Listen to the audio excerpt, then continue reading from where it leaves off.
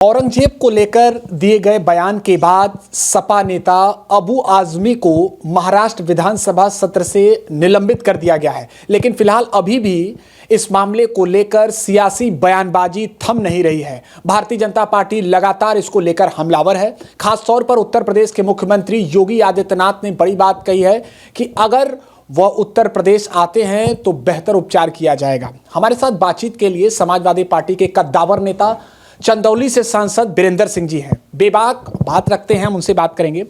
बीरेंद्र जी, आप पहले बताइए कि आप औरंगजेब को कैसे देखते हैं, उसका व्यक्तित्व को क्या मानते हैं? देखिए, औरंगजेब के बारे में कई किताबें लिखी गई हैं। हमने जिन किताबों को पढ़ा है उसमें एक क्रूर शासक था और जब तक वो शासन किया वो हमेशा जो है हमारे धार्मिक स्थलों को नुकसान पहुंचाया। हमारे लोगों जो हमारे देश के लोग हों, चाहे हिंदू हो चाहे मुसलमान हो, वो सबके साथ बहुत अच्छा व्यवहार नहीं करता था। इसके बाद अबू आजमी को निलंबित किया गया है। क्या कहेंगे? बीजेपी का ये कहना है कि कहीं ना कहीं ये स्वभाव हो चुका है समाजवादी पार्टी का, एक वर्ग के लिए उनकी मजबूरी बन चुकी है और इसीलिए वो बयान देते हैं। देखिए, भारतीय जनता पार्टी किसी के शब्दों को तोड़ मड़ोड़ करके वो अपने तरीके से उसको लाना चाहती है सामने। अबू हाशमी ने किन विषय पर क्यों ये बात कही, ये उनका व्यक्तिगत सवाल हो सकता है। पार्टी ने उनकी बातों से बहुत सहमत नहीं है, लेकिन जहाँ तक मैं समझता हूँ कि उसको हिंदू मुसलमान के नज़रिए से न देख करके, क्योंकि बहुत से ऐसे मुस्लिम शासक रहे हैं हमारे देश में जिन्होंने आज़ादी की लड़ाई में अपना राजपाट भी कुर्बान कर दिया है, बच्चों को भी कुर्बान कर दिया है, अपने जान की भी बाजी लगाई है। तमाम ऐसे मुस्लिम समाज के लोग थे जिन्होंने हंसते हंसते फांसी के फंदे को भी चूमा है। तो किसी व्यक्ति या किसी राजा के एतताई होने से या उसके क्रूर शासन काल को एक समाज के साथ संबद्ध करके पूरे समाज को उसके लिए जिम्मेदार बना देना, ये मेरे हिसाब से ठीक नहीं है। जहाँ तक अबू आजमी का सवाल है, वो नेता हैं और उनको इस संवेदनशील विषयों पर संभल के बात करनी चाहिए। वीरेंद्र जी, आप आज सदन में जहां चर्चा हो रही थी, जहां मुख्यमंत्री योगी आदित्यनाथ अपनी बात को रख रहे थे, आप वहां पर मौजूद रहे। उन्होंने जो जिक्र किया, उन्होंने कहा है कि अगर ऐसे नेता अगर आते हैं तो उनका उत्तर प्रदेश में इलाज हो जाएगा, उपचार हो जाएगा। क्या मानते हैं आप? उनके इस बयान को कैसे देखें? देखिए, माननीय मुख्यमंत्री जी हमारे प्रदेश के 35 करोड़ का नेतृत्व कर रहे हैं और हमारा उत्तर प्रदेश ऐसा प्रदेश है जो कई प्रधानमंत्रियों को दिया है। हमारे प्रधानमंत्री जी को थोड़ा सा भाषाओं पर नियंत्रण रखना चाहिए।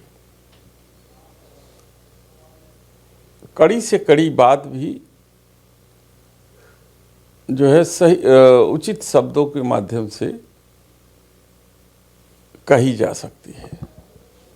तो मुख्यमंत्री जी की भाषा बहुत अच्छी नहीं थी, उसे सराहा नहीं जा सकता। इससे पहले भी उर्दू भाषा हो या फिर कठमुल्ला शब्द का जिक्र हो, उन्होंने किया है।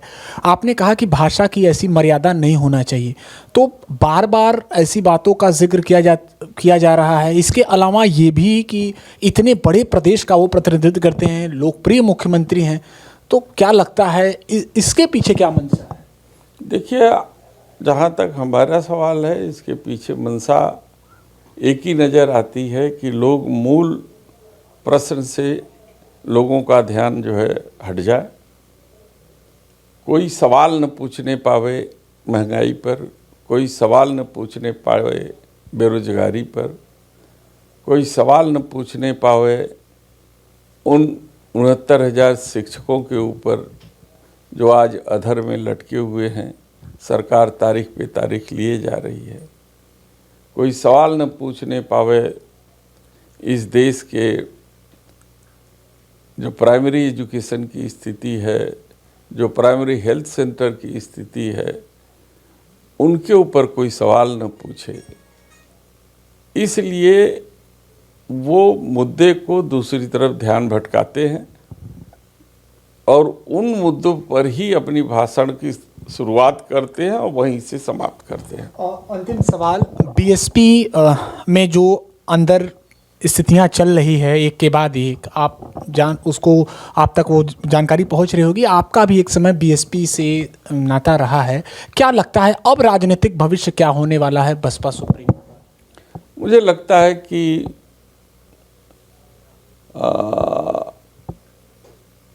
बहुजन समाज पार्टी में दूसरे मान्यवर काशीराम की आवश्यकता है।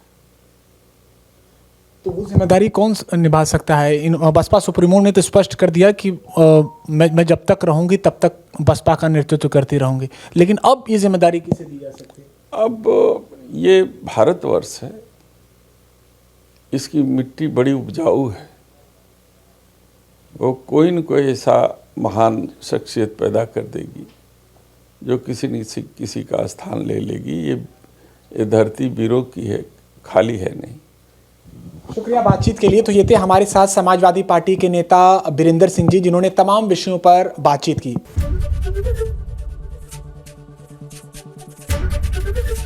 एबीपी गंगा, खबर आपकी, जुबान आपकी।